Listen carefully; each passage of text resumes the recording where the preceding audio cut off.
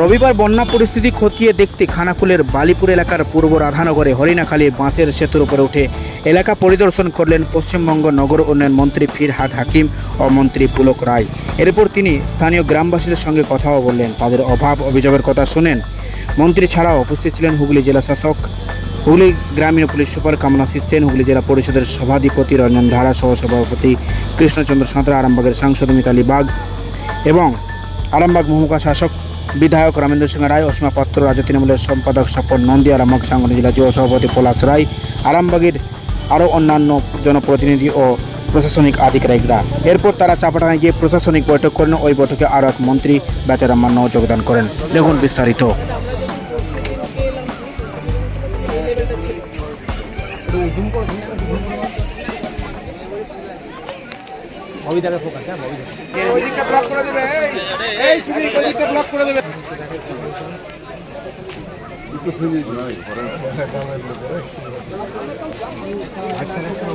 আমাদের মুখ্যমন্ত্রী মমতা বন্দ্যোপাধ্যায়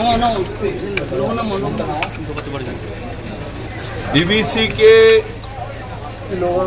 পরিষ্কার করে বলার পরে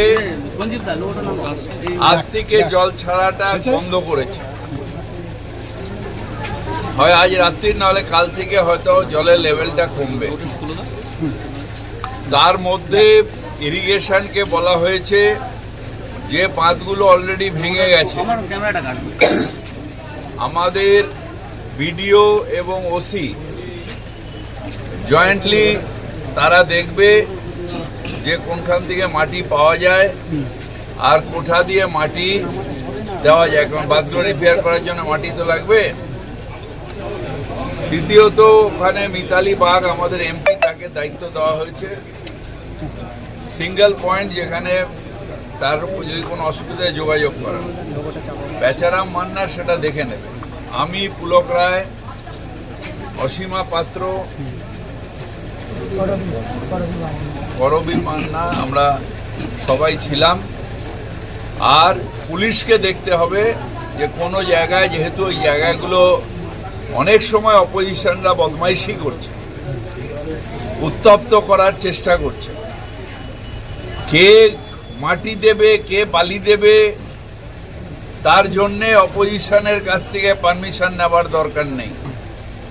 সরকারের কাজ সরকার করবে, যেখানে দরকার হবে বিডিও এবং ওসি যেখানে সুবিধা পাবে সরকারের যাতে বেশি টাকা খরচা না হয় সেখান থেকে নেবে।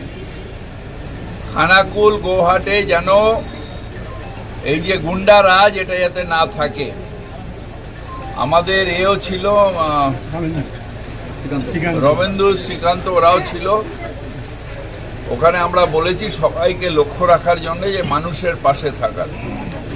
আমরা গিয়ে দেখেছি কিছু কিছু জায়গায় সত্যিই বর্ষায় মানুষের ঘরও পড়ে গেছে, সেন্ট্রাল গভর্নমেন্ট টাকা দিচ্ছে না, তাদের অ্যাপ্রুভড রয়েছে তবুও টাকা পাচ্ছে না।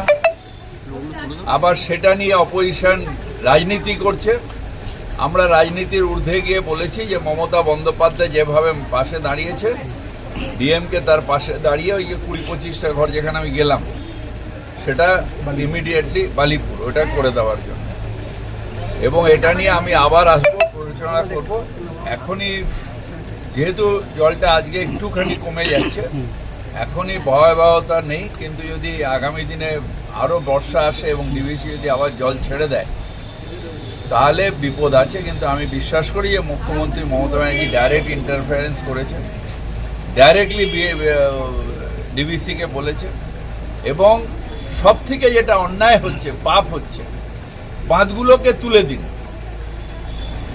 বাঁধ মানে হচ্ছে বর্ষাকালে জলটা ধরে রাখবো, যখন ড্রাই সিজন গরমকাল বা শীতকাল হবে তখন জলটাকে ছাড়বো যাতে সারা বছর চাষবাস হয়।